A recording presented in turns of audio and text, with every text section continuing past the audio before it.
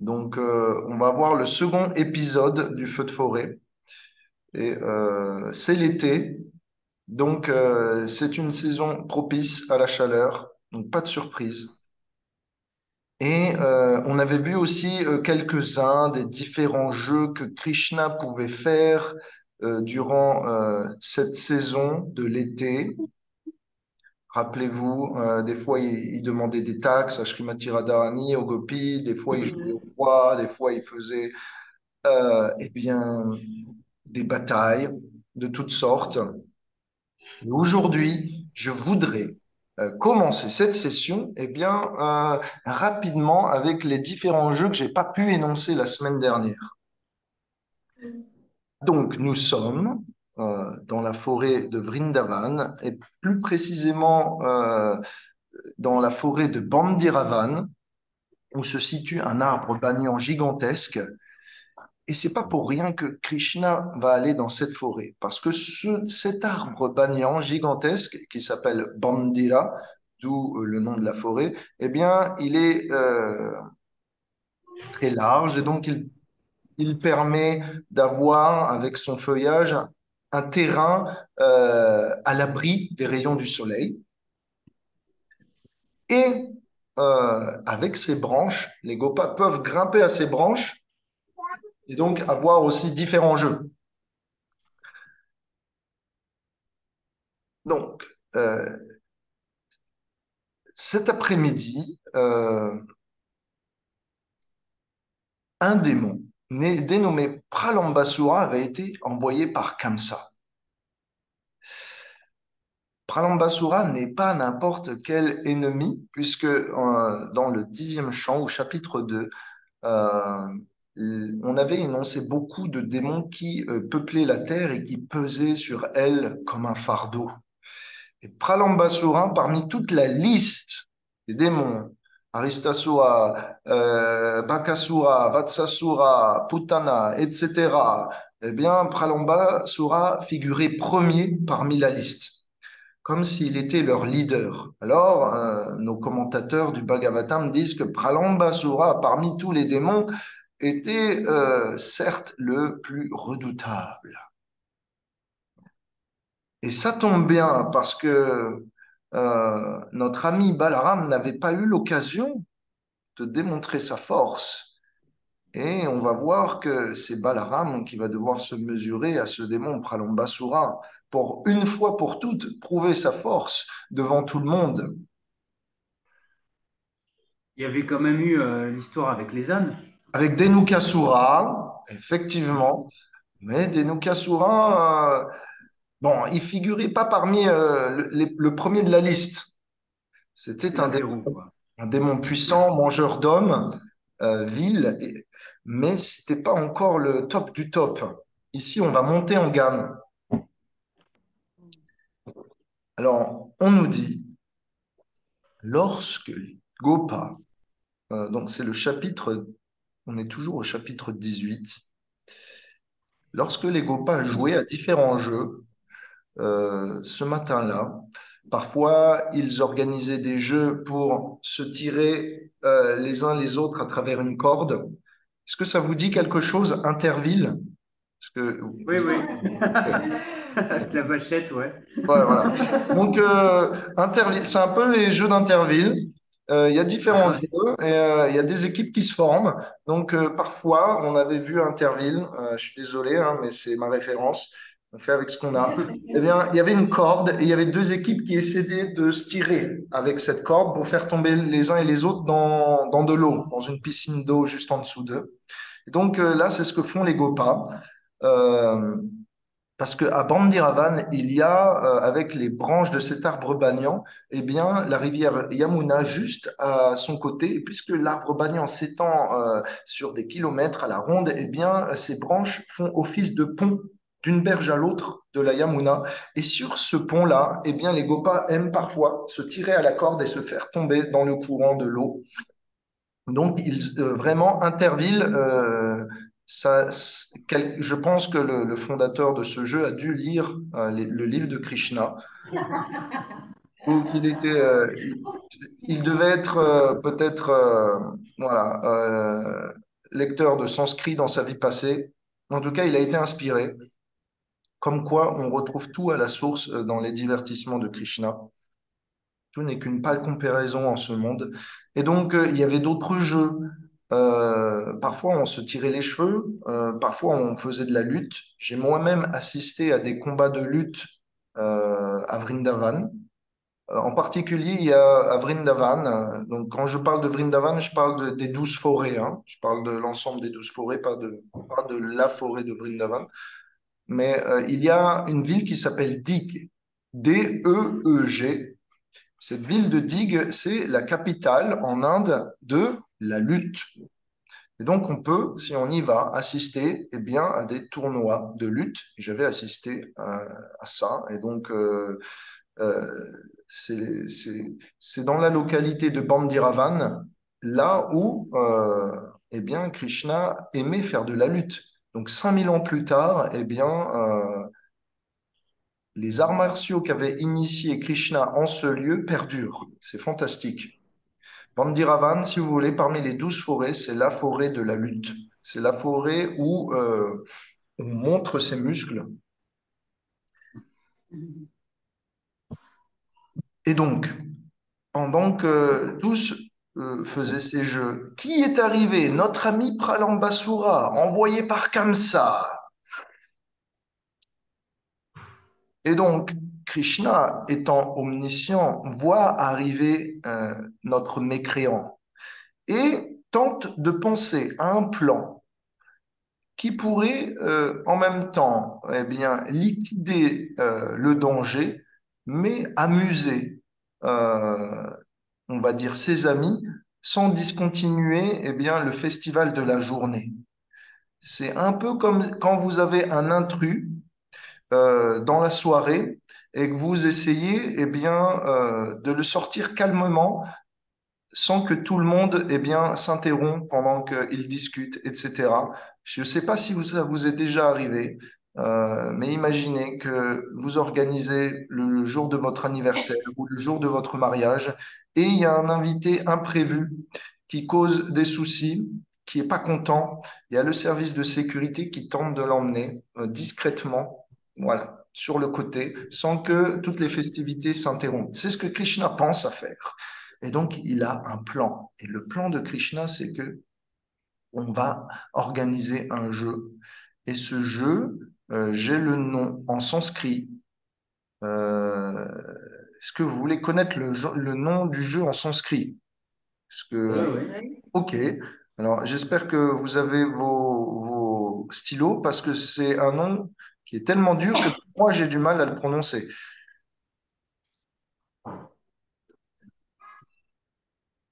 Donc, ce nom de jeu, si je le retrouve.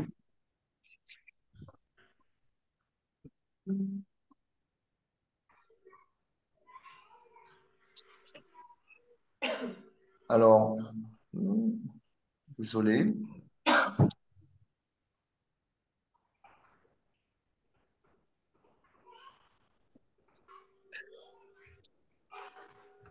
Bah, écoutez, je vais vous le donner très après. J'arrive pas à le retrouver, et je peux pas m'en souvenir, c'est trop compliqué. Alors, je vais vous le donner après, dès que je le vois, ce nom, désolé. Donc, Krishna organise un jeu spécial qui a un nom, et ce jeu constitue à faire deux équipes. Vous faites deux équipes et chaque équipe a un nombre égal. Donc ça fonctionne sous forme de paire. La personne qui est en face de vous va représenter votre adversaire. Celui qui gagne à la lutte, eh bien, a le droit de se faire porter sur les épaules du perdant. OK? Jusqu'ici, les règles sont faciles. Alors, Krishna étant intelligent, il veut stimuler, arranger les équipes de telle sorte à ce que ses amis se retrouvent contre lui et les amis de Balaram se retrouvent contre lui. Donc,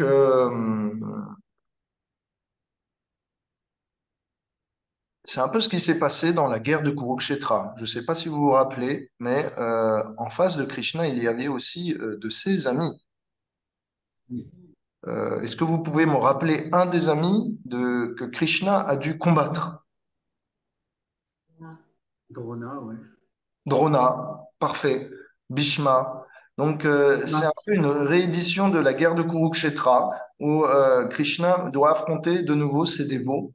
Comme quoi, lorsqu'il y a Krishna, tout peut devenir un jeu. Même les situations les plus difficiles peuvent devenir une source de joie. Et donc, Krishna arrange de cette manière pour créer encore plus d'excitation. Et donc, ces jeux d'Interville, eh bien, vont commencer sous l'arbre de Bandiravan. Pourquoi? Parce que Krishna explique les règles à tout le monde et explique que ceux qui vont perdre, eh bien, vont devoir prendre sur leurs épaules les gagnants, et les gagnants, pour monter sur les épaules des perdants, vont devoir grimper aux branches des arbres, de l'arbre Bandilaka plutôt que d'éviter à tout le monde de s'accroupir, etc. C'est pour faciliter chacun à monter sur les épaules de l'autre. Donc, ils vont utiliser, si vous voulez, les branches des arbres. C'est ce que Krishna a établi comme règle. Et le nom, je l'ai retrouvé, c'est Halina Kridanam. Est-ce que vous arrivez à prononcer Halina Kridanam? Malina Kridana? Voilà. Halina Kridanam. Donc, c'est un jeu officiel, hein, c'est un jeu védique.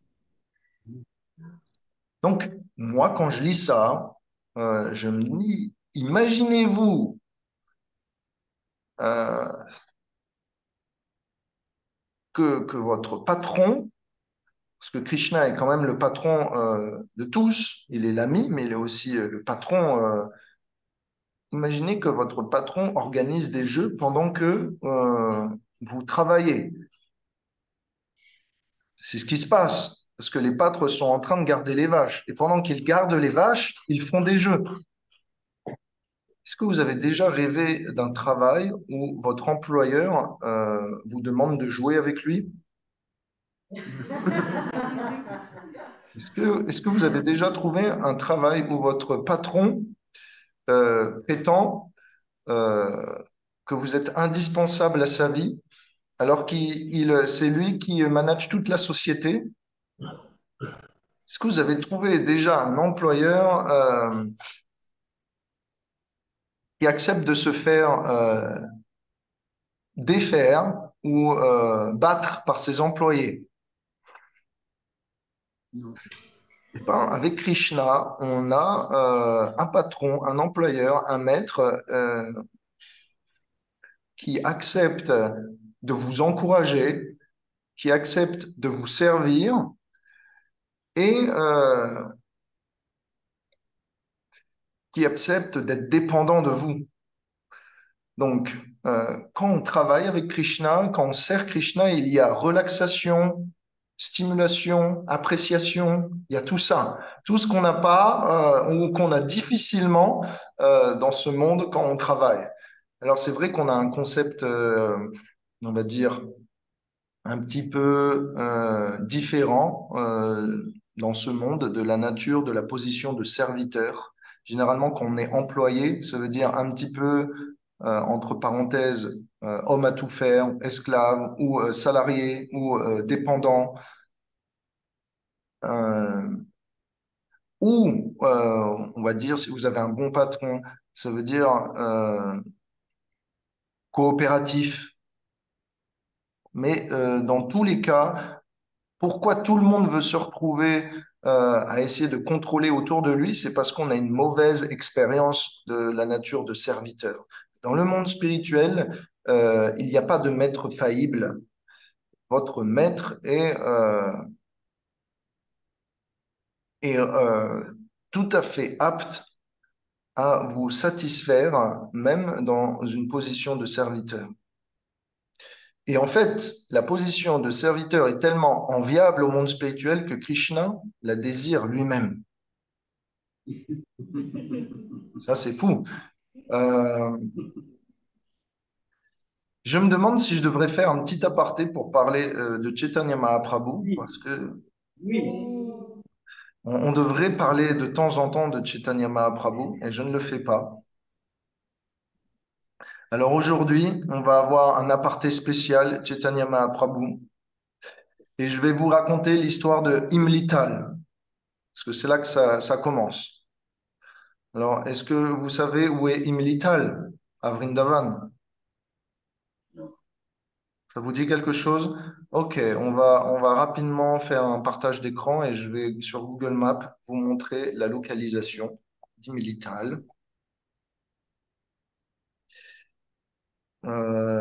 Et c'est un endroit, en fait, où lorsque Chaitanya Mahaprabhu venait à Vrindavan, il y passait son temps à chanter son japa. Donc c'est l'endroit où, lorsque Chaitanya Mahaprabhu a visité Vrindavan, où il passait le plus clair de son temps. Et donc c'était son bhajan kutir, son lieu où il faisait sa méditation. Et je vais maintenant vous partager l'écran.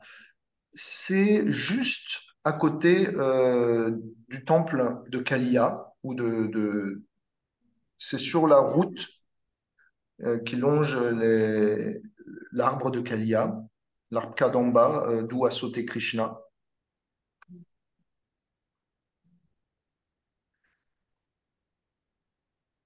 Voilà. Est-ce que vous avez accès?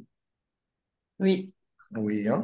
Alors, cet arbre, Imlital, c'est un arbre tamarin. Bon, je pense que vous connaissez le chutney au tamarin. Donc voilà, il ne donne plus de fruits.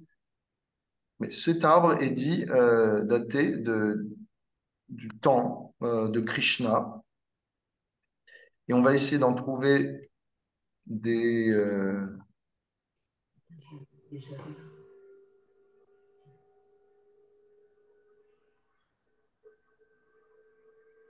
des photos. Désolé, hein, je n'avais pas prévu de vous parler de ça, mais voilà. Donc, sous cet arbre, qui est un temple de la Gaudiya Math, fondé par Bhaktisiddhanta Sarasvati Thakur, donc le maître spirituel de Prabhupada, eh bien, il y a la naissance de Chaitanya Mahaprabhu. Alors, on va expliquer cette histoire, mais avant, il faut quand même que j'explique qui est Chaitanya Mahaprabhu, juste rapidement.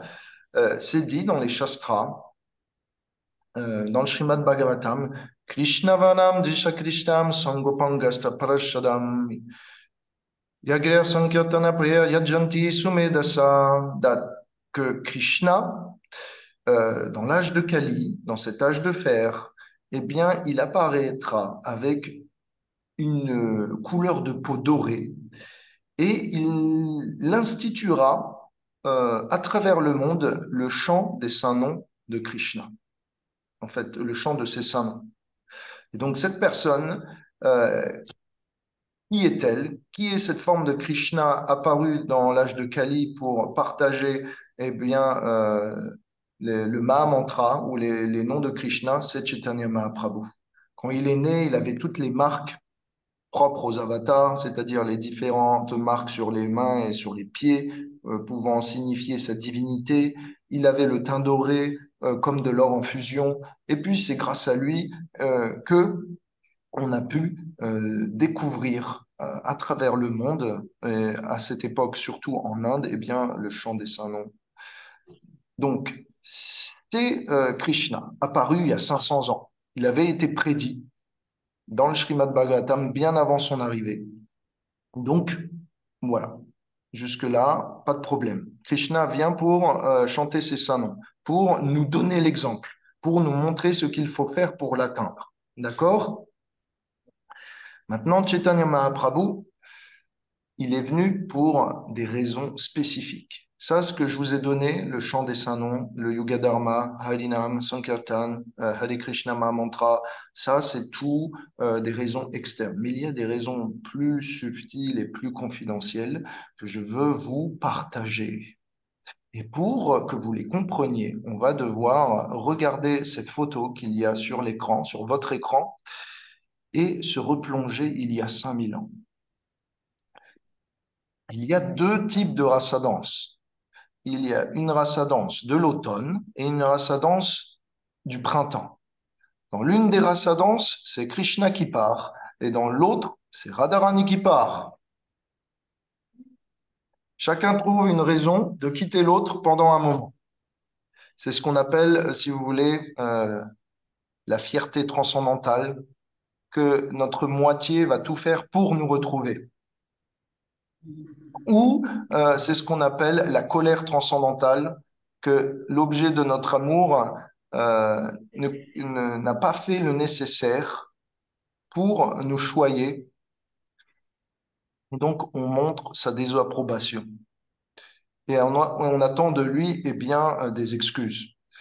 En l'occurrence, eh bien, lors de cette rassadance, c'est Srimati Radharani qui est parti. Krishna étant déboussolé, Krishna ayant perdu eh bien, le centre de son festival, le centre de son activité, le pourquoi de sa danse et la raison de sa nuit, on va dire la lune, la lune qui éclaire eh bien, sa nuit. Krishna est en méditation sur Radharani et pense à elle et pense la manière dont il va pouvoir la reconquérir. Donc, il pense aux qualités qu'elle a, etc. Et lors de cette méditation, Krishna commence à changer de couleur. Tout ça est décrit vous voyez ici, il y a donc la fresque. Tout ça est décrit juste à côté de la fresque, en anglais et en sanskrit. Et donc, lorsque Krishna méditait sur Radharani, il est devenu d'un teint doré. Tellement il était absorbé en elle, tellement il avait besoin de ressentir sa présence, tellement il était absorbé dans sa personne, qu'il s'est identifié à elle. Comme nous, par exemple, quand on est conditionné, on s'identifie à notre corps, bien qu'on soit l'âme. Krishna s'est identifié à Radharani, bien qu'il soit Krishna. Et donc, du coup, sa méditation était tellement intense qu'il a commencé à prendre la nature de son teint, la, la nature de sa voix, etc., etc. Et finalement, quand Radharani est revenue, elle s'est dit, qui est cet homme? Il semble me ressembler, mais en même temps, je crois pouvoir déceler quelques traits qui me fait penser à Krishna. Et donc, Radharani lui pose la question, mais qu'as-tu fait? Qui es-tu? Et Krishna lui explique la nature de sa méditation. Tu vois, tu m'as délaissé et maintenant tu me manques tellement que, absorbé dans la pensée de toi, je me suis changé presque comme une copie de toi. Et donc, Krishna lui dit, écoute, cette forme-là que tu vois, elle sera montrée à tous euh, dans le Kali Yuga. Et j'apparaîtrai pour manifester ton amour. J'apparaîtrai pour manifester cet amour que l'on n'a pas pu, que je n'ai pas pu montrer au monde, trop affairé à écarter les démons, à vous protéger des démons. Ce que, lors de mes divertissements à Vrindavan, je n'ai fait que exposer au monde, eh bien, dans le Kali Yuga, sous ma forme de Chaitanya Mahaprabhu, je vous permettrai de le goûter et d'y entrer. Si vous voulez, lorsque Radha et Krishna eh bien, font leur divertissement, agissent, dansent, relationnent, il est très difficile pour nous de les atteindre parce que Radha est aussi permissive, certes, elle est compassionnée, elle est pleine d'amour, mais elle ne veut pas que Krishna soit la proie de gens mal intentionnés. Et bien sûr, puisqu'elle a beaucoup d'attachement pour Krishna, elle ne veut pas le partager inutilement. Krishna considère aussi Radharani comme une femme et une personne très douce, et par conséquent, son cœur doit être protégé. Donc, Krishna aussi ne partage pas si facilement Radharani. Seulement, euh, ce qui devait rester privé, puisque l'amour de Radha et Krishna, rappelez-vous, à Vrindavan, est privé. Il se fait de manière secrète. Personne ne sait ce qu'ils font, à part les intimes, à part certains. Il y a des rumeurs, mais tout au plus. Sauf que notre cher Krishna se dit, j'ai une dette à rembourser à Radharani. Elle m'aime tellement que je dois montrer au monde quelle est la nature de son amour. Et donc, je vais rendre public son amour.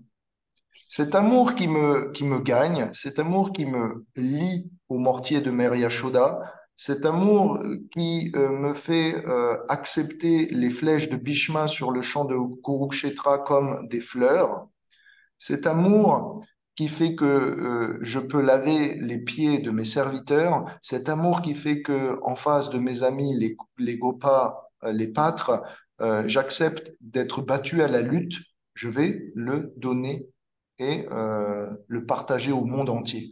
Chose que je n'ai pas faite en ce moment, quand je suis apparu sur Terre. Donc, ce que je n'ai pas fait sur Terre, avec Srimati Radharani, je vais le faire à travers Chaitanya Mahaprabhu. Et donc, Krishna, voulant diminuer la dette d'amour qu'il a auprès de Radharani, voulant la glorifier de par le monde, voulant glorifier la nature de son amour, est venu sous la forme de Chaitanya Mahaprabhu. Et parce que Radha et Krishna sont dans l'intimité, sont dans le privé et sont assez possessif l'un à l'égard de l'autre. Sous la forme de Chaitanya Mahaprabhu, tout est différent. Tout est une affaire de prédication. L'amour doit inonder la terre entière. Et donc, ce que l'on peut atteindre difficilement par la grâce de Radha Krishna, on peut l'atteindre facilement par la grâce de Chaitanya Mahaprabhu. Alors, il faut que je vous montre quand même une photo de Chaitanya Mahaprabhu maintenant.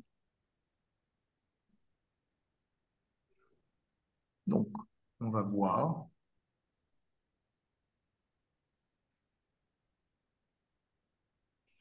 Voilà, ça, c'est un petit tour du temple.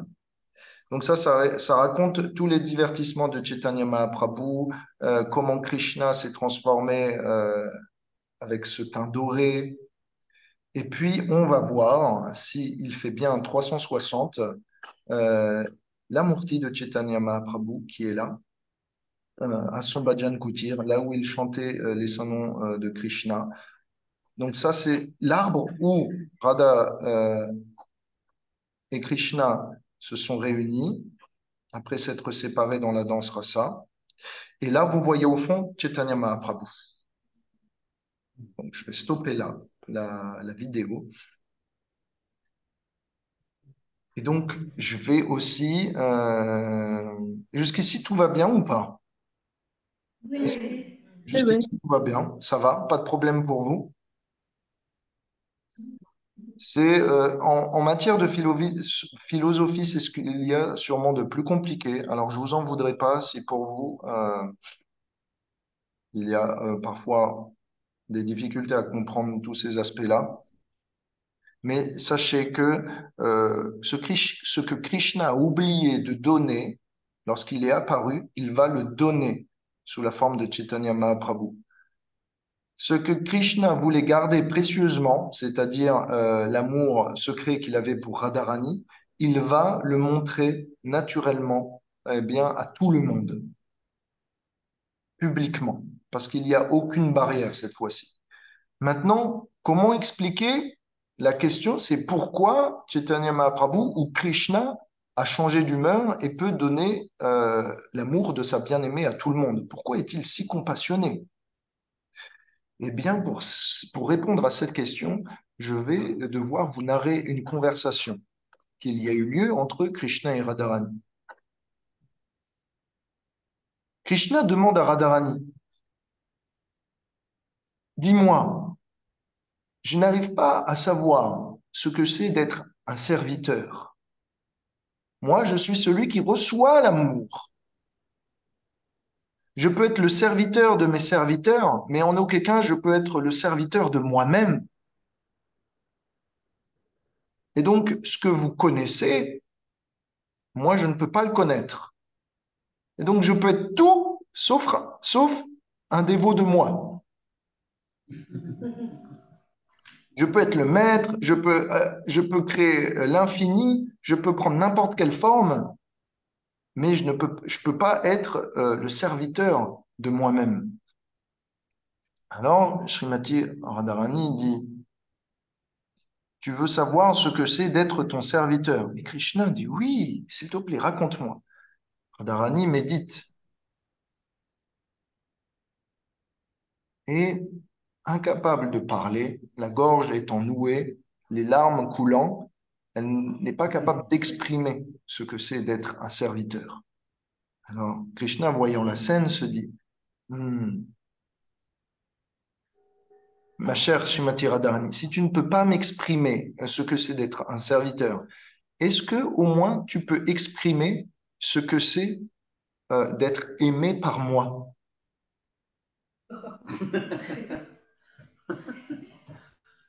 Juste avant, Srimati Radharani ne pouvait pas s'exprimer, mais cette fois-ci, quand elle a essayé de parler, elle est tombée en coma, incapable de parler. Krishna, voyant l'état dans lequel se trouve sa bien-aimée, essaye de la raisonner et lui dit, donc tu ne peux ni me dire ce que c'est d'être un dévot de Krishna, et tu ne peux pas non plus me dire ce que c'est d'être aimé par moi. Au moins, est-ce que tu peux répondre à cette question? Est-ce que tu peux me dire quel amour tu as pour moi?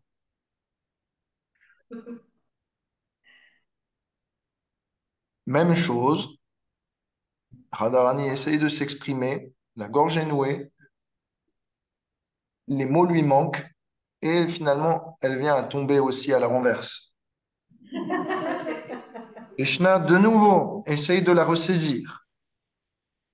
Donc, Krishna dit, écoute, tu peux pas me dire ce que c'est d'être un serviteur, parce que moi, je n'ai pas d'expérience de ça dans mes vies passées ou dans, dans ma vie totale. Je n'ai pas d'expérience de ce que c'est que d'être aimé par moi. Je n'ai pas d'expérience je ne comprends pas la nature et la profondeur de ton amour pour moi. Ces choses-là, même si je suis omniscient, je n'arrive pas à en définir les contours et la nature. Est-ce que tu peux m'aider d'une manière ou d'une autre à approcher cette vérité et à l'expérimenter? Et Radharani explique, si tu veux connaître mon cœur, cher Krishna, les mots me manquent. Lorsque, lorsque l'on veut expliquer, par exemple, quel goût a une mangue, comment vous décririez le goût d'une mangue, par exemple? Est-ce que vous voudriez dire un mot? C'est fondant. Fondant, ok. Mais comment est-ce que c'est fondant? Sucré. C'est fondant et sucré. Filandreux. Le fibreux, c'est quoi? Filandreux.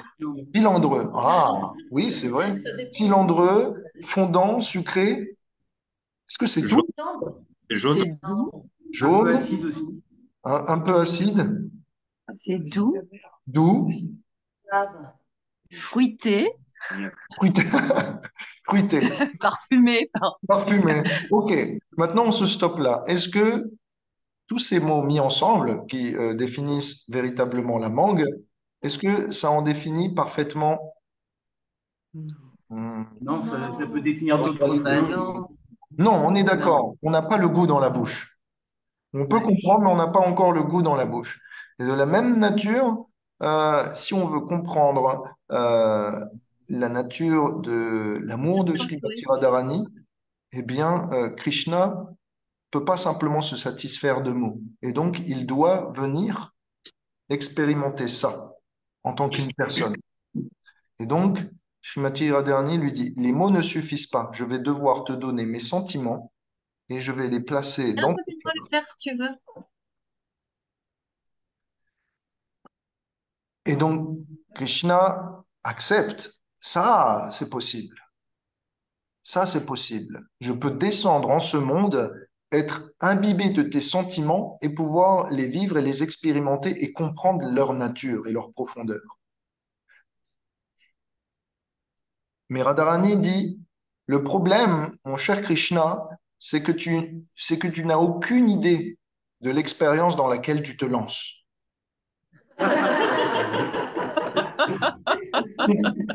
Tu ne sais pas ce que c'est d'être un serviteur et tu ne sais pas ce que c'est d'être moi. Tu en as une vague idée, mais quand tu seras dans le feu de mon amour, il te faut une couverture. Il te faut être protégé. Il te faut un équipement inifugé. Et donc, qu'a fait Srimati Radharani? Elle a dit à Krishna, tu ne peux pas descendre de la même couleur que tu as d'habitude. Tu vas devoir prendre mon teint. Et mon teint va pouvoir eh bien, contenir cet amour. Moi seul est capable de contenir l'amour que j'ai pour toi. Et si tu te mets à ma place, cet amour va te consumer. Il est trop débordant, il est trop effulgent. Tu vas pas pouvoir supporter cette intensité. Et finalement, à force de te rouler par terre, à force de pleurer, à force d'appeler, tu vas t'égosiller, tu vas te déshydrater et tu vas sûrement péter. Donc, Krishna n'a pas simplement pris les émotions de Srimati Radharani, il a pris aussi certaines de ses caractéristiques physiques. Et donc, quand il est descendu en tant que Chaitanya Mahaprabhu, c'est lui, dans les Écritures, que Kaviraj Das Goswami, qui a, qui a écrit la biographie de sa vie, il dit Hatvayam Chekenyaptam Prakatyam Prakratam Aduna. Ça veut dire, en bengali, ça veut dire entre Krishna et Radharani, dans la personne de Chaitanya Mahaprabhu, ils sont devenus un et il n'y a plus de différence. Il n'y a plus de différence entre Radha et Krishna dans la personne de Chaitanya Mahaprabhu. Ils se sont réunis. Le couple divin ne fait plus qu'un en sa personne. Donc, à travers Chaitanya Mahaprabhu, vous avez la miséricorde et la compassion combinées de Krishna et de Radharani. Et donc, euh, vous vous demandez, vous avez peut-être perdu le fil. Pourquoi on parle de tout ça? La raison, c'était que on a besoin d'avoir un maître à servir dans ce monde. On est tous serviteurs par naissance, soit serviteurs de notre nation, serviteurs de notre famille, serviteurs de notre couple, serviteurs de notre employeur, etc. Ici, le mieux, on a décidé après maintes recherches qu'on devait être serviteur de Dieu. Et ici, vous vous rappelez, eh bien, les pâtres jouent avec Krishna. Et Krishna semble être eh bien, un maître parfaitement joyeux et parfaitement équilibré avec qui on voudrait passer l'éternité. Et donc, Krishna, ne sachant pas ce que c'est d'être un serviteur d'un tel maître, a décidé de venir en tant que Chaitanya Mahaprabhu, d'expérimenter ce que c'est d'être un serviteur. Et donc, en tant que Chaitanya Mahaprabhu, eh bien, il joue le rôle du parfait serviteur de Krishna avec les émotions de Radharani. Et donc, si vous voulez, c'est comme si Krishna, en tant que Chaitanya Mahaprabhu, venait descendre sur terre, manifester les émotions de Radharani publiquement et montrer à l'ensemble du monde l'exemple parfait de ce que c'est d'être un serviteur de Dieu, de lui-même.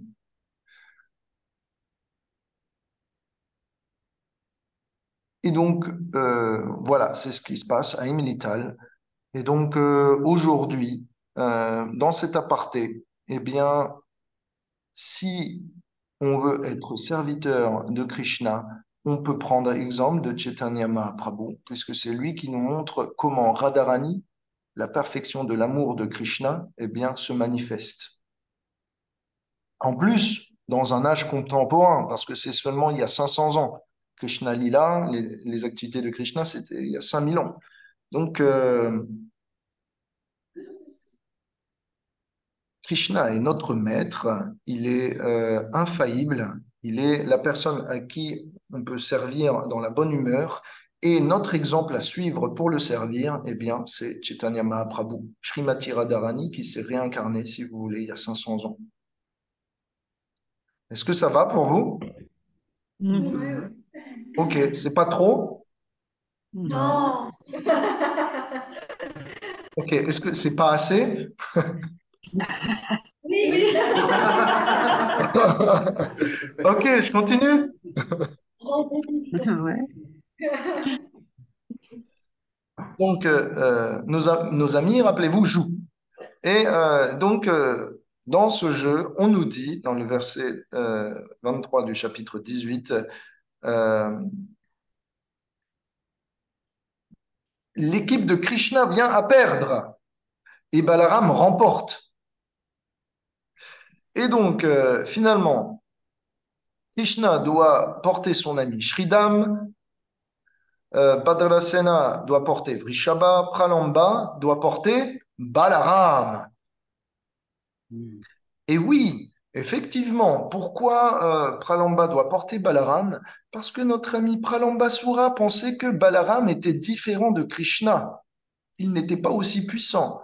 Quand Pralamba a observé Krishna les jours durant, il a vu qu'il était capable de défaire Kaliya, qu'il était capable d'absorber le feu de forêt, et il a vu qu'il était invincible. Et donc il s'est dit, le seul moyen que j'ai de satisfaire comme ça, c'est au moins eh bien, de battre Balaram, son frère. Le problème, c'est que effectivement, dans son plan et, et ses calculs, Pralamba avait sous-estimé la force de Balaram. Et donc, la règle, c'était que le perdant doit porter sur ses épaules le gagnant et faire un tour en courant, comme ça.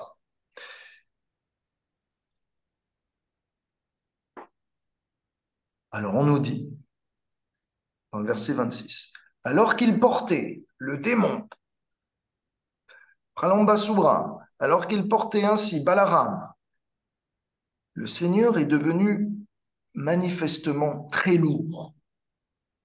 Pralamba devait ralentir et s'arrêter. Sous le poids de Balaram, il vint à reprendre sa forme naturelle. Il était immense, presque touchant les nuages, qui étaient noirs, avec des ornements dorés.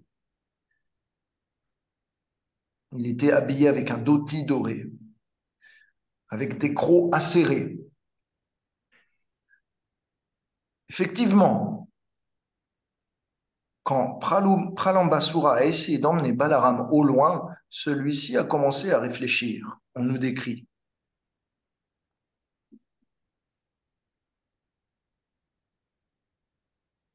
On nous décrit. Balaram se sentait apeuré de la condition en voyant l'énorme figure du démon. Celui-ci était d'apparence terrifiante. Et donc, Balaram, apeuré, comment ça se fait? On nous dit que Balaram, étant absorbé dans la joie de jouer avec ses amis et le jeu d'aujourd'hui, s'identifiait non plus à Dieu, mais à un pâtre ordinaire. Et donc, comme il s'identifiait à un pâtre ordinaire, pour le moment, eh bien, il était apeuré devant un énorme et gigantesque démon. Mais ce n'est pas tout, il y a d'autres raisons. On nous dit euh, qu'entre-temps, Krishna voit Balaram apeuré, ou sait Balaram apeuré, et se demande, que fais-tu, mon frère? Toi qui suis puissant et toi qui es venu m'assister dans la conquête contre les démons, pourquoi n'en viens-tu pas à le terrasser immédiatement? Alors, Krishna, par sa puissance, transfère une nouvelle identification, en fait, la réelle identification de Balaram. Tu n'es pas qu'un pâtre, tu es avant tout la personne suprême aussi. Tu es mon expansion première, tu as une puissance illimitée. Alors, Balaram se souvient, ah oui, c'est vrai, je n'ai aucune raison d'être apeuré. Mais Balaram considère aussi, Hmm, il y a un problème, c'est que ce démon était juste avant un Gopa. Et donc, il est peut-être un des amis des autres Gopas. Et peut-être qu'en le tuant, je vais causer du tort à un de nos amis. Peut-être que ça fait longtemps qu'il est là. Balaram se demande. Et puis, euh, si, si je tue ce démon pendant ce temps, est-ce qu'il y a d'autres démons qui vont s'en prendre à d'autres de nos amis? Est-ce qu'il est tout seul? Donc le transfert, on va dire, de conscience n'était pas encore total. Balaram savait qu'il était puissant, mais Balaram ne savait pas exactement euh, tous les détails de la situation. Pourquoi? Parce que de cette manière, eh bien, cela a augmenté l'intensité de ces activités ou de cette journée, de cette surprise, de ce combat. Et donc, après quelques minutes ou quelques secondes ou quelques moments de réflexion, Balaram comprit son devoir et d'une furieuse rage, lorsqu'il fut pris dans les mains de Pralambasubra, qui vint à le lever dans le ciel pour l'écraser ou le manger, Balaram vint à se délier de la poigne du démon pour sauter vers sa figure et d'un coup de poing lui fendre la tête et le crâne. Alors, Pralamba, qui était, vous l'avez compris, gigantesque jusqu'à toucher les nuages, vint à s'affaisser de tout son long sur la terre de Vrindavan, de Bandiravan.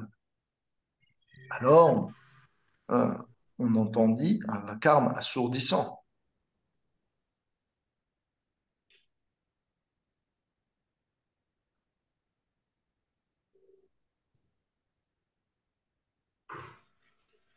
On nous dit, dans le verset 29, il y a un terme sanskrit qui dit hapas modita. Ça veut dire, lorsque le démon s'est allongé de tout son long, il avait des convulsions comme un épileptique. Est-ce que vous avez déjà vu quelqu'un d'épileptique? Mhm. Ok, alors c'est assez violent. Donc apparemment, le coup de Balaram était fulgurant, tellement puissant que non seulement il a fendu le crâne, mais en plus il a laissé le corps mort convulsé.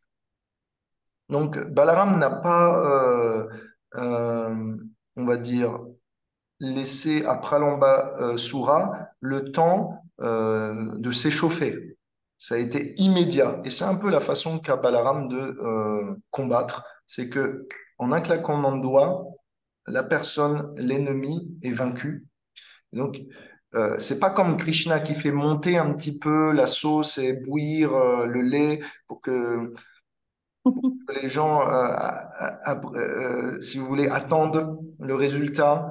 Balaram, c'est plus ça passe, ça casse. J'ai vu, j'ai vaincu, je repars.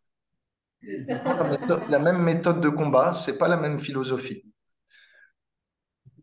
Et donc, quand,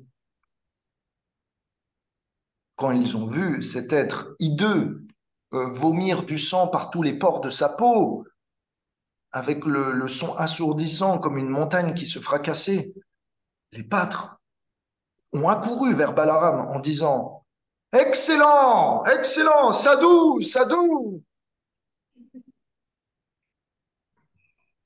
comment as-tu fait pour tuer ce démon, Balaram? Tu es tellement puissant.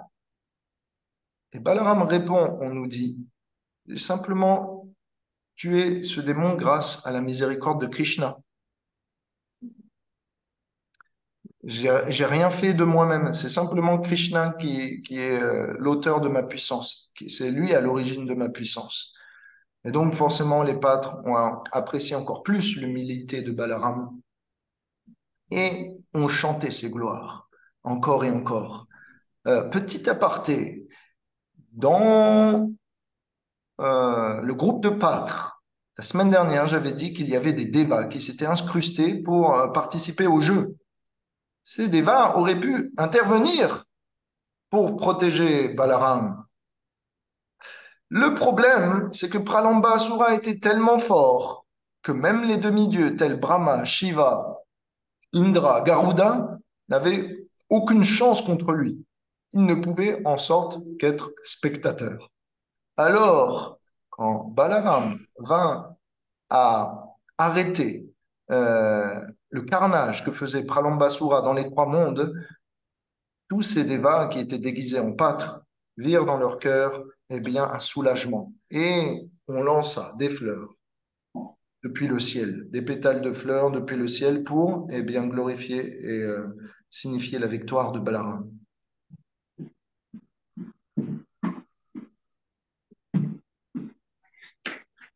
On nous dit aussi, Balaram n'est pas différent de Krishna et par conséquent, quand il tue un démon, celui-ci obtient la libération. C'était la même chose avec Venukasura.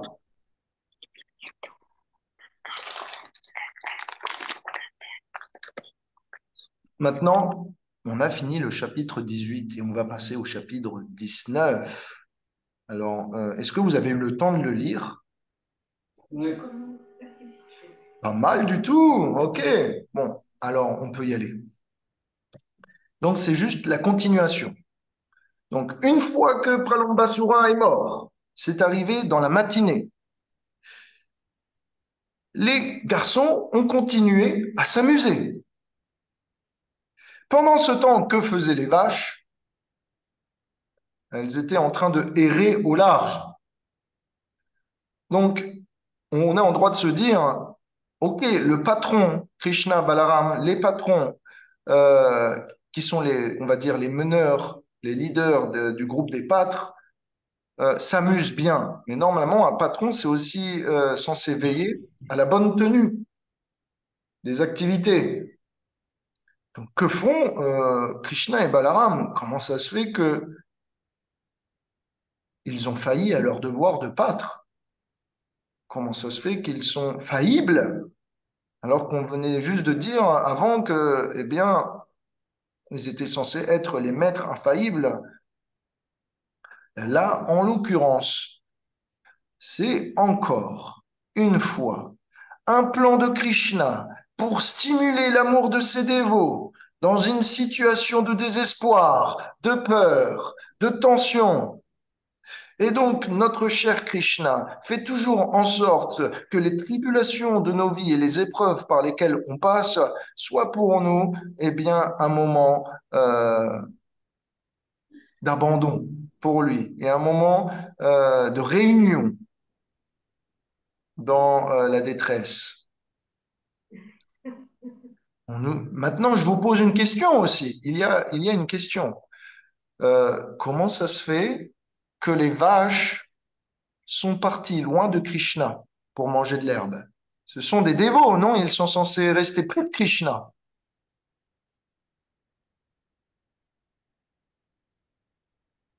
Alors, est-ce que vous avez une idée?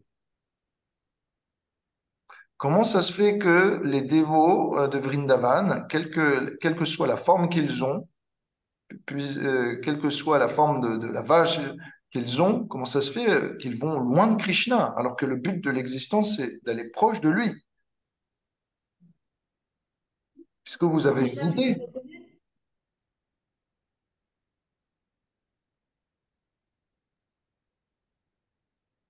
Ben, Pour que Krishna puisse les chercher. oui, pour que Krishna puisse aller les chercher. C'est leur désir profond. Qu'elle soit reconnue. Exactement. C'est ça. C'est exactement ça. Nous, C'est on comme prie les gosse Krishna. quand ils veulent être sauvés. Oui, exactement. C'est ça. Ils veulent être sauvés par Krishna. Nous, c'est fou. Nous, on chante les, les gloires de Krishna pour qu'il vienne près de nous. Pas pour qu'on s'éloigne de lui. Mais les vaches savent que Krishna les aime tellement qu'importe où elles aillent, Krishna viendra les rechercher. Et quelque part, Krishna étant le berger premier, le pâtre, eh bien, nous faisons aussi partie de son troupeau. Bien qu'on ait voulu errer indépendamment de Krishna dans maintes directions, dans les confins des univers matériels, là où il fait noir, là où la pestilence règne, là où l'ignorance est de mise, là où le sang coule, eh bien, Krishna a accepté de rester avec nous et de nous ramener. Donc, quelque part, nous ne sommes pas différents du troupeau de vaches que de Krishna. Krishna nous considère aussi comme appartenant à sa famille. Donc, c'est une bonne nouvelle pour nous. Qu'importe où l'on aille, Krishna ira toujours nous rechercher. Maintenant, il ne dépend que de nos intentions pour que Krishna vienne nous rechercher maintenant ou plus tard. Maintenant, Jiva Goswami, un des commentateurs de ce livre de Krishna, nous dit euh, oui, les vaches voulaient attirer l'attention de Krishna, mais il y a aussi une autre raison. C'est que partout où va Krishna, partout où ses pieds touchent l'herbe, eh bien, les vaches viennent manger cette herbe pour ingérer la poussière de ses pieds par isolotus qui a été déposée sur ces brins d'herbe, afin de se purifier. C'est une façon d'honorer ses pieds par isolotus. Là où il n'y a pas d'empreinte, là où l'herbe n'a pas laissé les empreintes des pieds de Krishna, mais où Krishna a quand même marché, eh bien, les vaches honorent et considèrent ça comme du prasadam. Donc, partout où marche Krishna sur l'herbe, les vaches considèrent ça comme du prasadam. Et on doit honorer le prasadam. Donc, quelque part, on voit que les vaches ont aussi une forme de fierté transcendantale, on peut dire, de fierté spirituelle. Parce que elles se disent, on est suffisamment aimé par Krishna pour pouvoir aller loin de lui et toujours, eh bien, Krishna courra après nous pour nous retrouver. De toute façon, il n'a pas le choix, il doit rentrer avec nous chaque soir.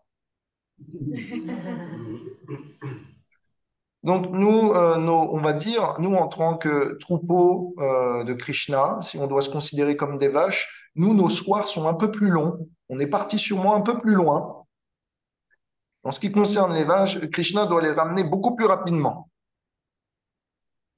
Et il n'y a pas que ça.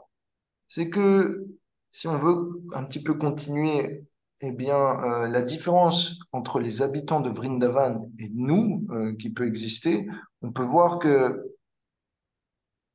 par exemple, les gopis essayent d'oublier Krishna parfois. Et nous, on est toujours en train d'essayer de s'en souvenir.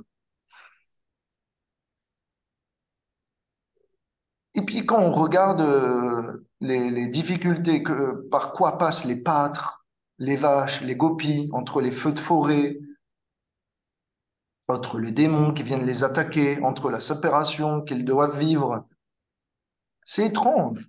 Parce que quelque part, nous nous sentons suffisamment heureux dans ce monde matériel et on n'a pas vraiment obtenu la présence total et spirituel de Krishna. Krishna n'est pas là avec son corps manifesté devant nous, et donc il y a encore de la distance. Mais les habitants de Vrindavan qui ont obtenu complètement Krishna, qui peuvent sentir l'odeur de son corps, qui peuvent voir la nature de sa forme, qui peuvent entendre la profondeur de sa voix, tout ça, ils y ont accès. Et pourtant, ils ont accès à cette source du bonheur et toujours, ils sont sans cesse dans l'anxiété.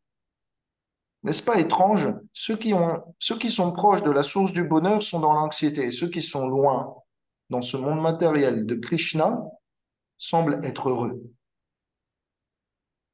C'est un peu le monde à l'envers, j'ai envie de vous dire. Ben, c'est l'appréhension de la séparation. C'est ça, c'est exactement. Quand vous avez un objet précieux, eh bien, vous voulez le garder le plus proche de vous, le plus longtemps auprès de vous. Et donc, c'est un peu comme l'anneau au bout du doigt, la bague au doigt. Krishna et son dévot sont un peu comme une bague au doigt, ils sont inséparables. Et donc, si Krishna eh bien, vient à prendre ses distances, le dévot semble avoir perdu toute raison de son existence. Malheureusement, notre condition matérielle dans cette vie, notre avancement spirituel étant ce qu'il est, nous permet pas de concevoir Krishna de manière si raffinée. Et donc, on ne connaît pas tant la, la profondeur de sa valeur, tant la richesse de ses qualités. Et donc, ce qui fait que, naturellement, nous ne sommes pas eh bien, dans une anxiété constante de le retrouver. Mais plus on se rapproche de Krishna, plus on le connaît, plus on découvre combien il est merveilleux, et plus, naturellement, on devient anxieux de le retrouver et de ne plus le perdre. Et donc, c'est ce que vivent les habitants de Vrindavan. Et donc, de cette manière, eh bien, il y a un verset dans la Bhagavad Gita qui dit Yanisha Sarvabhutanam, c'est-à-dire la nuit euh, pour les matérialistes et le jour pour les spiritualistes. Et donc, de la même façon, si on doit prendre le parallèle, la nuit pour les dévots dans ce monde et le jour pour les spiritualistes à Vrindavan, et inversement. Nous expérimentons des choses différentes. Et donc, en lisant ce livre de Krishna, on peut voir des relations d'une autre nature. On peut découvrir un monde qu'il est difficile de concevoir, mais qu'on peut approcher petit à petit par la grâce, la miséricorde et la réalisation spirituelle. On nous dit aussi, Sanatan Goswami nous dit, quand les vaches sont parties de leur côté, il y a aussi une symbolique. Et la symbolique, c'est que lorsque l'on erre loin de Krishna, l'on se retrouve en difficulté. Mais quand nous sommes en difficulté, nous appelons à l'aide. Et à ce moment-là, nous sommes sauvés. Alors, finalement, lorsque Krishna vint à se rendre compte avec ses amis les pâtres que les vaches étaient loin, perdues, il se mit à les chercher. Étrange, non, pour quelqu'un qui est omniscient. Mais c'est toujours la même chose. Krishna et Balaram, là, sont tellement en train de s'amuser qu'ils s'identifient en tant que pâtres. Ils ont oublié la notion de leur puissance divine. Donc leur première identification, c'est celle de pâtre. Un peu comme la plupart des gens sont absorbés dans la jouissance eh bien, du corps, s'identifient à leur corps, à leur mental plutôt qu'à l'âme. Donc, euh, on nous dit, alors, dans le verset 4 du chapitre 19, on nous dit, alors, les garçons, les pâtres commencèrent à chercher parmi les empreintes et parmi les prairies qui avaient été foulées par les sabots des vaches. Et ils ont estimé le chemin à suivre. En grande anxiété, ils ont commencé à les retrouver, puisque les vaches sont la source de leurs revenus, sont la source de leur opulence.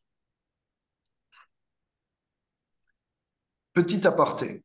Est-ce que vous connaissez ce verset de Chaitanya Mahaprabhu? Trinadapi sunichena tarorapi saishnuna amanina manadena kirtanina sadari. Ça vous dit quelque chose? Est-ce que vous avez déjà entendu ça? Pour chanter les saints noms de Radha et Krishna, il faut être humble comme l'herbe et tolérant comme l'arbre. Ok. Et ne jamais attendre de respect pour soi. Quelque part, pourquoi un dévot doit être humble comme l'herbe? C'est parce que l'herbe, c'est la source de la nourriture des vaches. Et les vaches sont la source de la richesse de Krishna. Et la source de la richesse de Krishna, c'est Radharani. Alors, si on veut plaire à Krishna, il faut être le serviteur du serviteur du serviteur du serviteur et se retrouver dans la position du brin d'herbe. C'est fou de se dire que l'herbe, finalement, est le substrat qui vient à nourrir toute la société de Vrindavan. On ne fait pas attention à l'herbe, on marche dessus, on la piétine, on la mange. Mais finalement, l'herbe de Vrindavan rend un énorme service, puisqu'elle permet à l'entière société de Vrindavan eh bien, de se maintenir. Alors le dévot doit chercher à être humble comme le brin d'herbe, à accepter de se faire utiliser de bien des manières. Mais de cette manière, eh bien, il est utile à l'ensemble de l'humanité. Donc, près de la forêt Bandiravan, où jouaient les pâtres, dans une forêt appelée Munjavan, eh bien, ils ont commencé à entendre les vaches meugler du fait du soleil perçant qui sévissait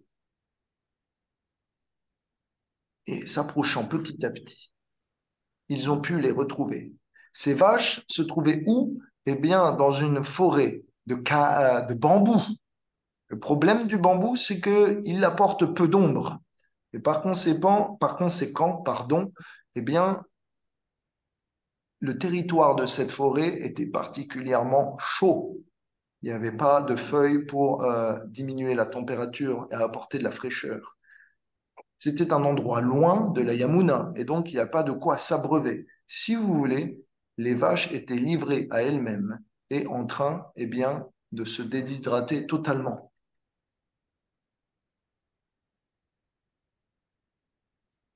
Alors, les pâtres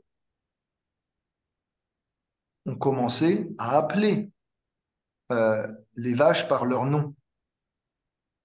Je ne sais pas si vous imaginez, nous on appelle Krishna, mais Krishna appelle le nom des vaches. Saviez-vous que Krishna a un japa et sur ce japa, il y a le nom de toutes ces vaches. Enfin, en tout cas, des vaches principales. Et donc, quand Krishna se lève le matin et qu'il va euh, méditer, il médite sur les vaches aussi. Dans son cœur réside Srimati Radharani, mais il y a aussi une place pour les vaches. Et donc, imaginez-vous, Krishna aime tellement ces vaches qu'il les appelle et qu'il chante leur nom quotidiennement, jour après jour. Le matin pour les appeler, le midi pour les ramener, le soir pour les mettre dans l'enclos. Tous les jours, les vaches se font appeler. Alors que nous, notre devoir, c'est d'appeler Krishna. Et donc, quelle n'est pas la gloire des habitants de Vrindavan de pouvoir se faire appeler par celui qui est glorifié par l'ensemble eh bien, des habitants de l'univers. Alors, Krishna, on nous dit, a appelé de sa voix très profonde. Alors, il y a quelques noms de vaches, comme Manjulali. Il y a aussi une vache qui s'appelle Sudevi.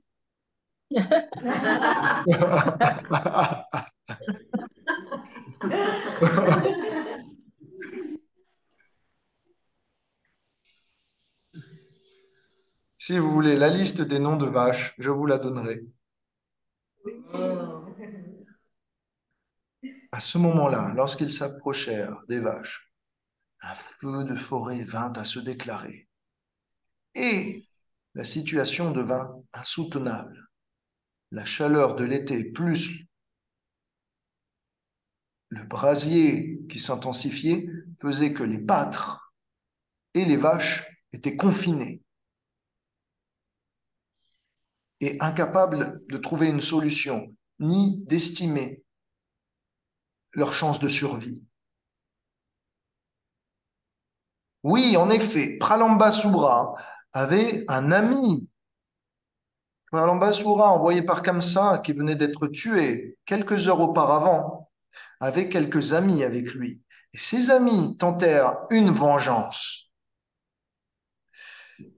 Vous vous demandez pourquoi ces amis tentèrent une vengeance alors que quelques semaines auparavant, Krishna avait déjà avalé un feu de forêt.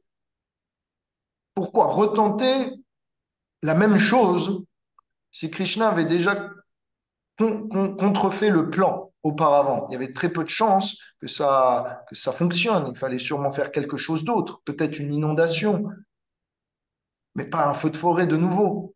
Eh bien, on nous dit que ces amis de Pralambasura, qui avaient pris la forme d'un feu de forêt par leur pouvoir mystique, se disent, auparavant, Krishna avait avalé le feu de forêt. Et donc, finalement, c'est quand même une libération élevée. Nous, en tant que démons, on n'aura jamais la possibilité d'atteindre Vaikunta. On a fait tellement de péchés. Et donc, si on peut tenter d'en venir à la vie de Krishna, de plaire à Kamsa, et si on peut en même temps eh bien, se retrouver dans le corps divin du Seigneur, alors d'une manière ou d'une autre, on a tout à y gagner. Donc les démons pensent, on va plaire à Kamsa, et en même temps, si Krishna nous vint à nous vaincre, eh bien, on a tout à gagner. Parce qu'on sera retrouvé, on se retrouvera dans le corps divin du Seigneur. Là, ils tentent de remettre de nouveau, eh bien, la forêt à feu.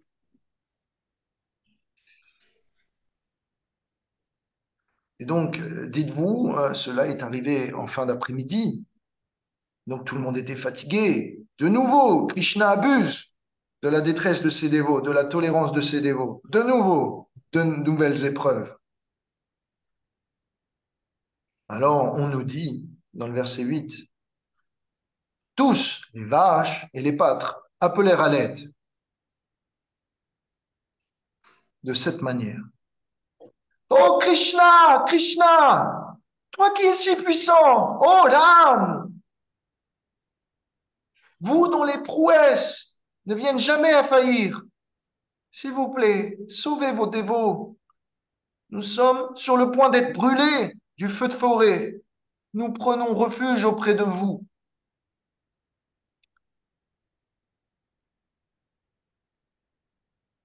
De la même manière, rappelez-vous, les pâtres n'appellent pas ici dans le but de sauver leur vie, mais appellent dans le but de ne pas être séparés de Krishna, pas dans leur propre intérêt, mais dans l'intérêt de Krishna. Krishna, certainement tes amis ne doivent pas être tués. Rappelle-toi ce qu'a dit Gargamuni. Tu es tout puissant comme Narayan. Toi qui sais tout, toi que nous avons accepté comme Seigneur. S'il te plaît, aide-nous.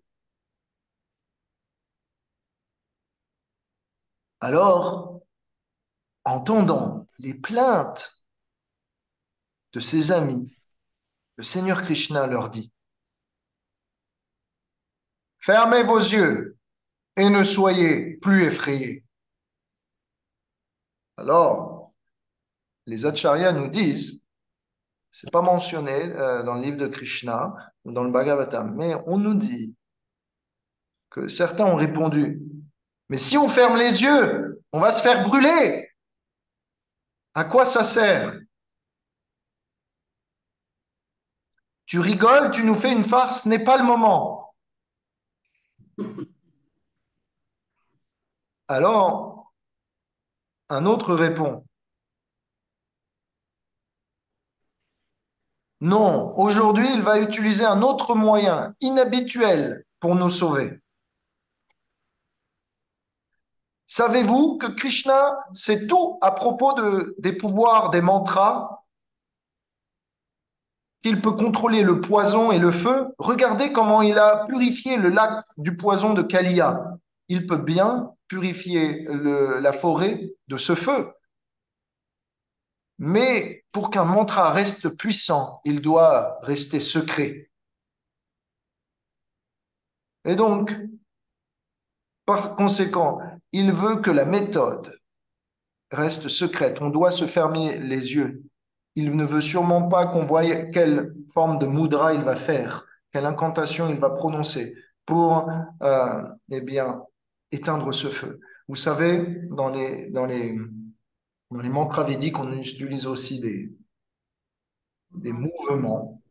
Par exemple, il y a aujourd'hui encore des yogis qui savent allumer un feu par la prononciation de mantras. C'est encore visible aujourd'hui. Vous pouvez même trouver ça sur Internet. Alors, je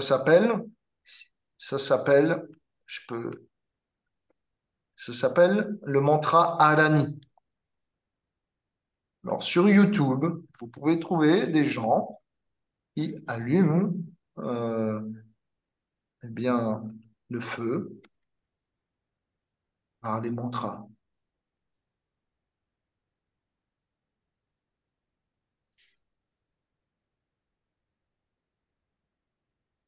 Alors, je ne vous montrerai pas ça aujourd'hui, mais sachez que si vous voulez le voir, euh, j'ai- je me souviens d'avoir vu quelques vidéos sur ce sujet. Et donc, on utilise quelques mantras, quelques incantations et le feu s'allume. C'est fait avec un bois spécial. Donc, il y a un bois spécial qui s'appelle un bois arani, d'où le mantra de ce nom. Et donc, euh, les Gopas dire, OK, va accepter dans le verset 12. Très bien, ont-ils répondu. Et ils ont immédiatement fermé leurs yeux. J'aimerais, si possible, avoir deux volontaires pour une expérience aujourd'hui. Est-ce que deux volontaires voudraient se proposer pour une expérience inconnue? Ouais. Krishnaras, il faudrait que ce soit deux volontaires qui soient physiquement proches l'un de l'autre, pas à des lieux différents. Ok, Suchitra, Krishnaras. Alors, j'aimerais que les deux volontaires se lèvent debout. Vous, ne- Vous êtes un peu comme les Gopins, vous ne savez pas ce qui va arriver, hein. Ok. Et j'aimerais que,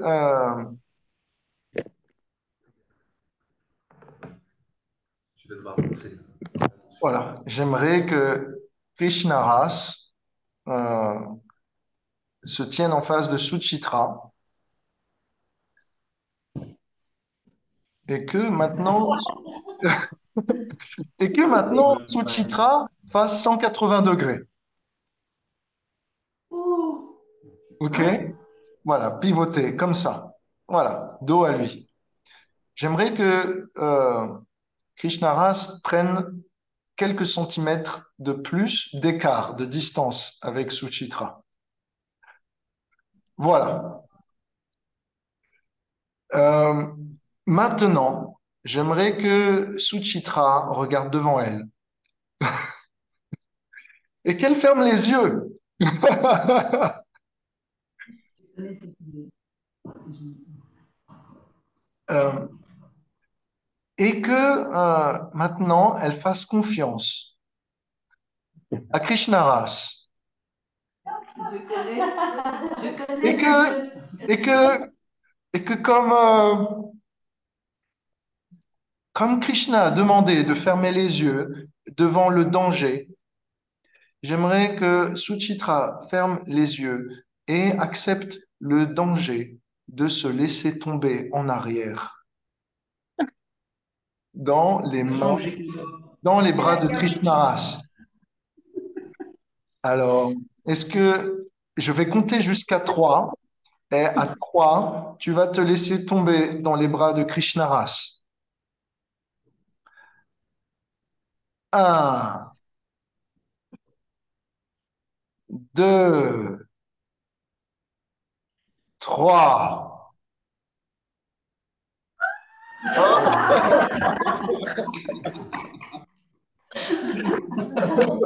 J'ai déjà fait ce jeu, c'est pour ça que je connais. Merci beaucoup d'avoir participé à cette expérience.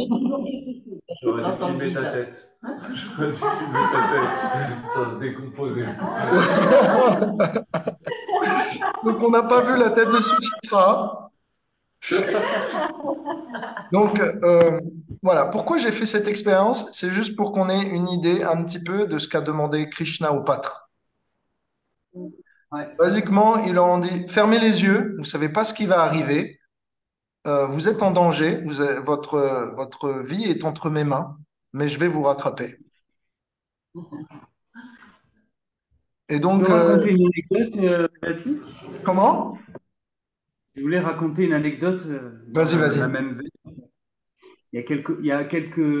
Bon, en fait, je suis tombé en moto, je me suis cassé la figure. C'est pour ça que j'ai mal au bras droit. Donc, c'était Hmm. encore plus intense cet exercice, parce qu'elle le sait. Ouh, mince! Oh là là! Et ouais, je me suis fait une déchirure, quoi. Donc, du Oui, coup, je me rappelle. j'arrive même pas à lever ce bras, en fait. Donc, Confiance en donc toi. voilà. Ouais. Donc, il y avait déjà ça. Et ça m'est arrivé il y a un mois. Donc, accident de moto, j'ai explosé la moto. Elle est morte. Ah. Et j'ai un ami qui m'a ramené en moto. J'étais derrière lui. Et sans casque. Bon, c'est Madagascar, c'est pas grave. Et Et du coup, j'ai pensé à Krishna parce que le fait d'ouvrir les yeux, on a l'impression de maîtriser les choses, qu'on peut Hmm. réagir s'il arrive quelque chose. Et Hmm. j'ai dit, de toute façon, je suis dans les mains de Krishna, c'est lui qui décide. Donc, j'ai fait une expérience. J'ai fermé les yeux, sachant que j'étais derrière la moto, j'ai fermé les yeux et je me suis juste mis dans les bras de Krishna. Et c'est une expérience très, comment dire, c'est pas agréable au début. C'est vraiment pas agréable parce que, bah non, on sent les secousses, on sent tout. Je sais que je zigzague entre les voitures, mais les yeux fermés, quoi, c'est pas. Hmm. Mais en fait, c'est un vrai exercice pour voir si on a vraiment confiance en Krishna. Hmm. Et j'ai mis du temps quand même à. Au début, j'ai essayé d'imaginer ses pieds, de l'imaginer en entier, de, C'était pas facile parce que quand tu as l'impression que ta vie est en danger, tu penses qu'à toi en fait. Donc voilà, je l'ai fait quand même et c'est un exercice.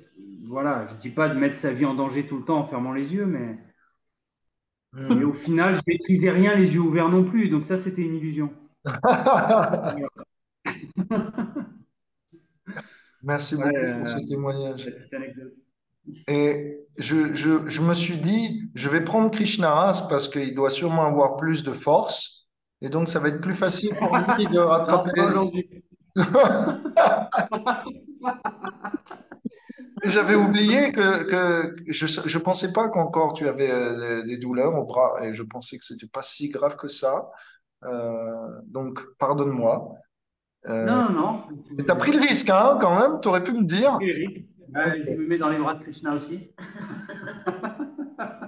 Donc, voilà ce qui s'est passé pour les pâtres, comme ce qui se passe pour quelqu'un qui ferme les yeux quand il est passager d'une moto, ou quand quelqu'un se laisse tomber en arrière dans les bras, il doit s'en remettre eh bien, au-delà de lui-même. Il doit s'en remettre à quelque chose qui n'est plus sous son cercle d'influence, sous son contrôle. Et là, c'est ce qu'ont fait les pâtres. Basiquement, si vous voulez, moi, ce que je vois dans cette histoire, c'est que on doit, pour s'abandonner à Krishna, aussi accepter, voilà, de fermer les yeux, comme tu dis, Krishna. On doit accepter de délaisser nos plans, laisser parfois l'anxiété du passé, et on doit, eh bien, se lancer dans cet inconnu. Et on doit accepter que le plan de Krishna, même s'il est inconnu, il va nous maintenir dans la sécurité, hors de notre contrôle, mais pour notre sécurité, que le résultat sera surprenant, peut-être pas celui qu'on veut, mais cela sera celui dont on a besoin. Et même si la situation semble terrible, pardon, que l'espoir, la perfection et le succès est là. Donc, finalement, accepter de fermer les yeux et de faire ce saut dans l'inconnu, c'est une façon de se libérer de ce brasier, de ce feu de forêt qui consume tout, pour s'en remettre eh bien, à l'ombre des pieds de Krishna. Alors, j'ai vu, enfin, j'ai en tête une citation de la Bible à ce sujet, à propos de fermer les yeux. Et c'est la définition de la foi dans la Bible. Et elle est très à propos. Dans la Bible, on dit la définition de la foi, c'est de fixer les yeux dans l'invisible jusqu'à ce que cela devienne une réalité. Fermer les yeux, visualiser Krishna jusqu'à temps que ça devienne une réalité. Avoir cet espoir que ça va se manifester, ça c'est la foi. Il y a aussi une autre définition de la foi dans la Bible, c'est pratiquement la même. C'est avoir la conviction dans les choses que l'on espère et leur manifestation dans l'invisible. Avoir la conviction dans les choses que l'on espère et leur manifestation dans l'invisible. Ça veut dire la conviction que Krishna va nous donner sa grâce, de pouvoir le retrouver, de pouvoir faire de notre vie un succès, et en même temps de voir que dans l'invisible, eh bien, dans notre cœur, dans ces choses subtiles, dans le jardin secret de notre conscience, il se manifeste petit à petit. Et donc, ça veut dire aussi que la foi doit non pas simplement être une conviction, mais doit aussi être une réalisation. Et c'est ce qui va se passer. Qu'est-ce qui va se passer? C'est que, certes, les pâtres ont fait le saut de la foi, ont fermé les yeux, mais juste après, ils vont les ouvrir et ils vont se retrouver sains et saufs, sans feu de forêt, juste avant où ils étaient, à l'ombre de l'arbre Bandila.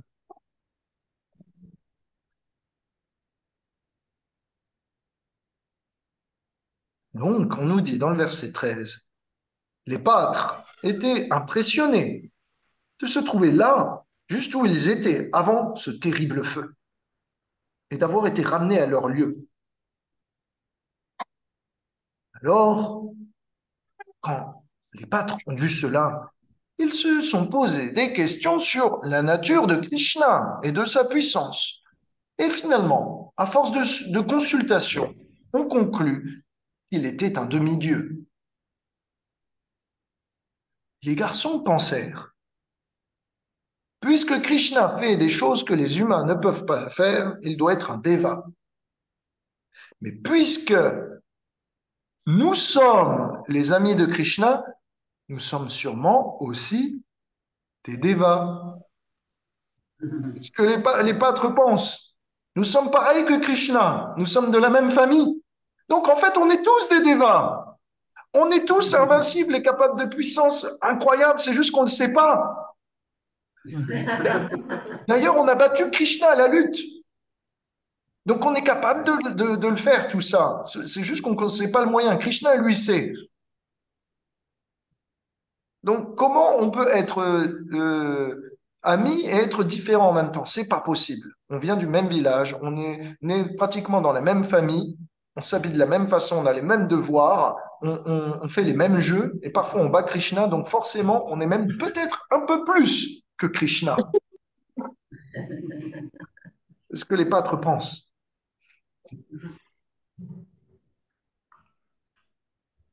Et donc, de cette manière, les Gopins ont compris qu'en s'abandonnant à Krishna dans des situations difficiles, eh bien, ils auraient toujours l'opportunité de retrouver Krishna à un moment ou un autre, puisque celui-ci est invincible. Et donc, Krishna, ici, est appelé par les Gopas Janardhan. Janardhan, ça peut vouloir dire celui qui est le vainqueur de ses ennemis. Ça peut vouloir dire celui qui donne du fil à retordre à ses dévots. C'est un nom que Krishna avait reçu quand il volait les pots de beurre dans les maisons des gopis. Et ça veut dire aussi, dans ce contexte, celui dont les habitants de Vrindavan, c'est-à-dire Jana, c'est-à-dire les habitants, demandent à voir Ardhana, demande. Celui qui est sans cesse demandé par les habitants de Vrindavan, Ardhana.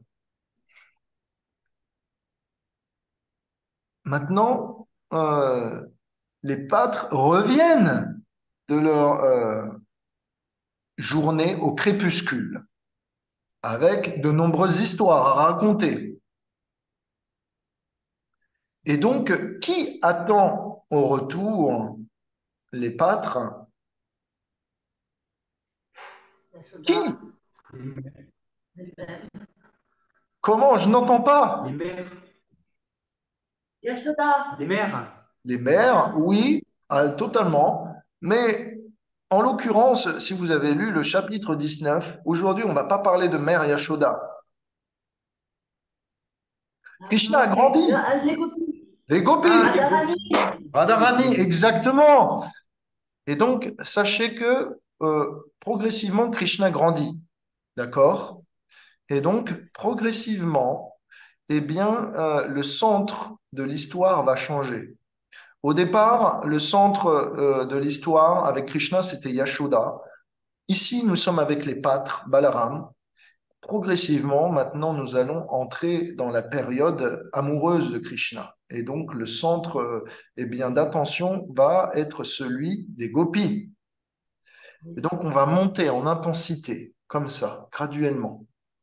Et là, ces prochaines semaines, nous allons donc atteindre, si vous voulez,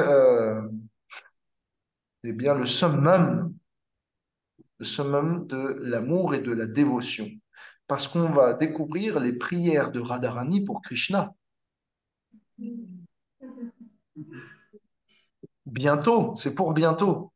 On nous dit dans le verset 16, les jeunes gopis prennent le plus grand plaisir à voir Govinda revenir chez lui, puisque pour elles, un moment sans son association semble comme des centaines de yugas. Un battement des cils représente des centaines de yugas séparés de Krishna. Si vous voulez, à chaque fois que les gopis battent des cils, c'est 100 yugas qui viennent de passer, parce qu'elles ne voient plus Krishna. C'est pour ça qu'elles ont maudit Brahma de leur avoir fait des Exactement. C'est tellement beau, hein, n'est-ce pas? C'est magnifique. Alors, ça, c'est l'épitome de la beauté, de l'amour entre deux êtres. C'est qu'un moment de séparation semble comme 12 années ou plus. Et ce n'est pas tout. Rappelez-vous, ici, c'est mentionné que Radha et les gopis ne voyaient juste que Krishna au loin. Alors, qu'est-ce que ce serait si, quel serait leur bonheur si elles voyaient Krishna de près, si elles ne faisaient pas simplement que le voir, mais le toucher, le sentir, le goûter, etc. Et si après avoir fait tout ça, quelle ne serait pas la peine qu'elles auraient d'être de nouveau séparées de lui?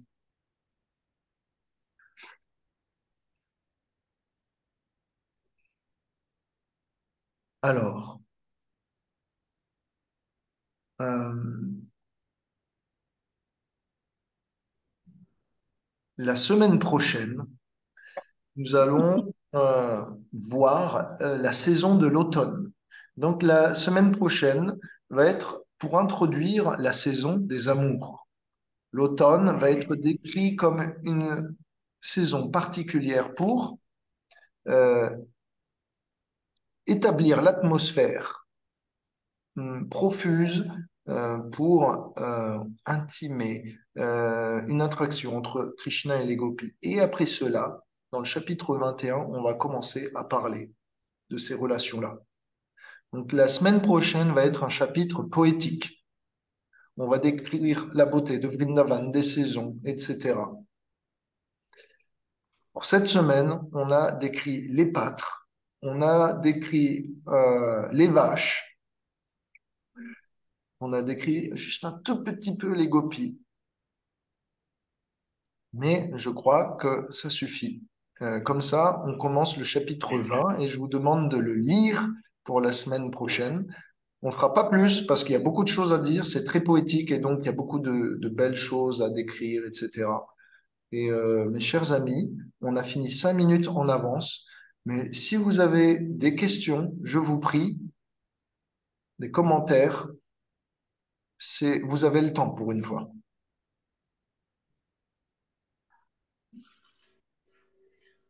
On est bien nourris là.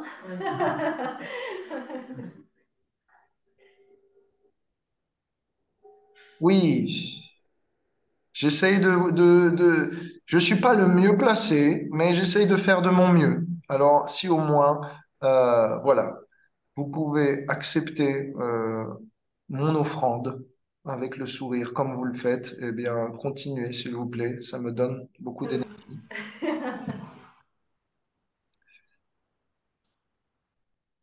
Et donc,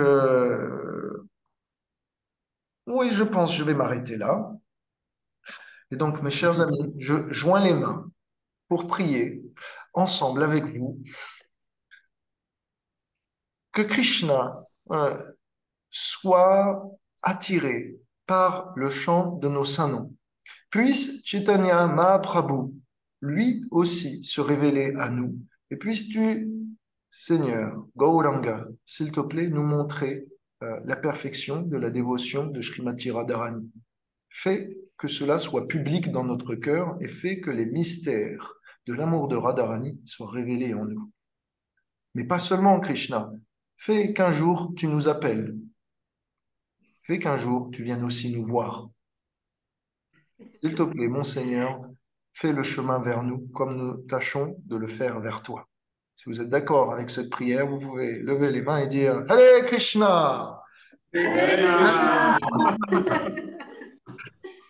Chers amis, prenez soin de vous et n'hésitez pas à me tenir au courant s'il y a des choses surprenantes dans votre semaine ou si vous avez des réalisations. N'hésitez pas à les partager sur le groupe. Merci Revati. Merci Hare Revati. Krishna. Merci Revati. Hare Krishna. Hare Krishna. Krishna. Bon appétit, prenez soin de vous. À bientôt tout le monde. Allez, À bol. bientôt. Radhe Radhe, Gauranga, Vrindavan ki, Baragopal ki, Kartik Mas ki,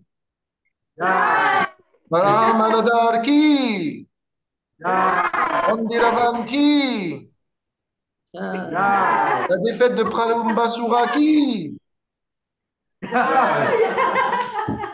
Shri Gopinath ki, Jai. Govinda ki, Jai.